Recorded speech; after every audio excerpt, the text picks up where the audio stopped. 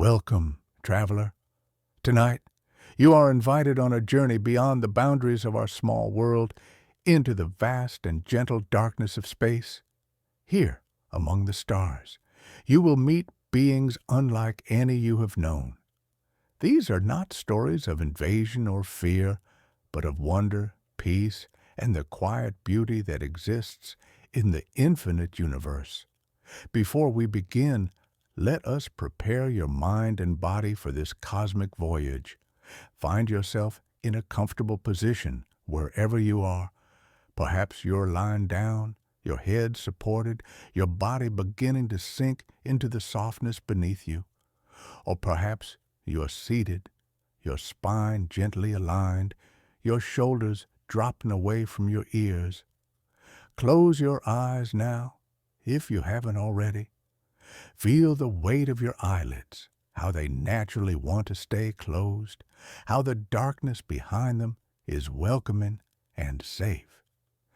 Take a deep breath in through your nose, filling your lungs completely, and then release it slowly through your mouth. Again, breathe in and out. One more time, drawing in the calm, releasing any tension you may be holding. As you breathe, begin to notice your body. Starting with your toes, feel them relaxing, becoming heavy and still. Move your awareness to your feet, to your ankles, your calves.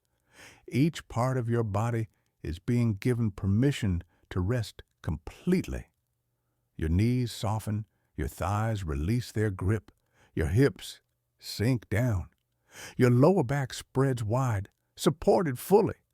Your belly rises and falls with each gentle breath. Your chest expands with ease. Your shoulders drop and melt away from your neck.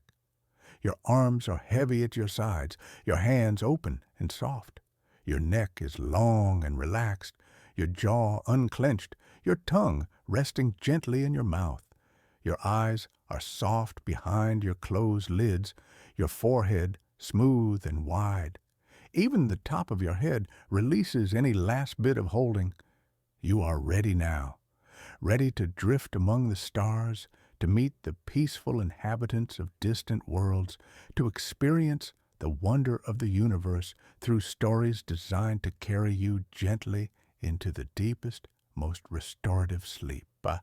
Our journey begins at the edge of human exploration, where the familiar ends and the extraordinary begins. Out here, time moves differently. A moment can stretch into an hour, and an hour can pass in the span of a single breath. There is no rush, no urgency, only the slow drift through the cosmic ocean where you are safe, supported, and completely at peace. As we prepare to meet our first visitors from beyond, remember that you are an observer, a witness to beauty and mystery. Nothing here requires anything from you except your gentle attention, and even that may fade as sleep begins to take you. That is perfectly fine. Let these stories wash over you like waves, carrying you deeper into rest with each passing moment. The stars are waiting. The cosmos is vast and kind, and somewhere out there on a distant world or drifting through the emptiness between galaxies, beings unlike us look up at their own skies and wonder just as we do about the nature of existence, the beauty of consciousness, and the peaceful silence that connects us all. Let us begin. Story 1. The Peaceful Observatory. On a small planet orbiting a quiet star, there stood an observatory. It was a modest structure, built by human hands many generations ago, when the first wave of explorers had ventured beyond the solar system. The planet itself was unremarkable in many ways. No native life, no precious resources, just a stable orbit and clear skies that made it perfect for watching the universe unfold. Dr. Elena Vasquez had been the sole occupant of the observatory for 3 years. She had volunteered for the solitude, finding in it a kind of meditation. Each night, She would climb the spiral staircase to the observation deck where the great telescope pointed toward distant galaxies, nebulae, and star clusters that most humans would never see with their own eyes. Tonight was like many others. Elena prepared her evening tea, a ritual she had maintained from her life on Earth. The kettle whistled softly in the small kitchen area, and she poured the steaming water over dried chamomile flowers she had grown in the observatory's greenhouse. The scent filled the air, familiar and comforting.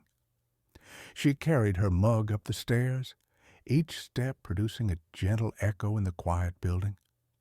The observation deck was cool, always kept at a precise temperature to protect the instruments. Elena settled into her chair, the one she had brought from home, worn and familiar beneath her. She took a sip of tea and looked out through the great dome at the night sky of this alien world. The stars here were different from those visible from Earth. Constellations she had known since childhood were gone, replaced by new patterns that she had learned to navigate over her years of solitude. There was the spiral, a cluster of bright stars that rotated slowly throughout the year. There was the Wanderer, a red giant that pulsed with a steady rhythm Elena had come to find comforting. And there, always present, was the Rift, a dark nebula that blocked out a portion of the sky like a cosmic shadow. Elena set her tea down and began her nightly routine, calibrating the telescope and checking the evening's observation schedule. Tonight, she was meant to observe a distant galaxy, one that was in the process of a slow collision with its neighbor. The merger would take millions of years to complete, but the telescope could capture the beautiful chaos at the edges where matter was being pulled and stretched by gravity. She adjusted the controls, and the telescope began its slow turn toward the target coordinates. Through the eyepiece, distant points of light came into focus. She made fine adjustments, bringing the galaxy into perfect clarity.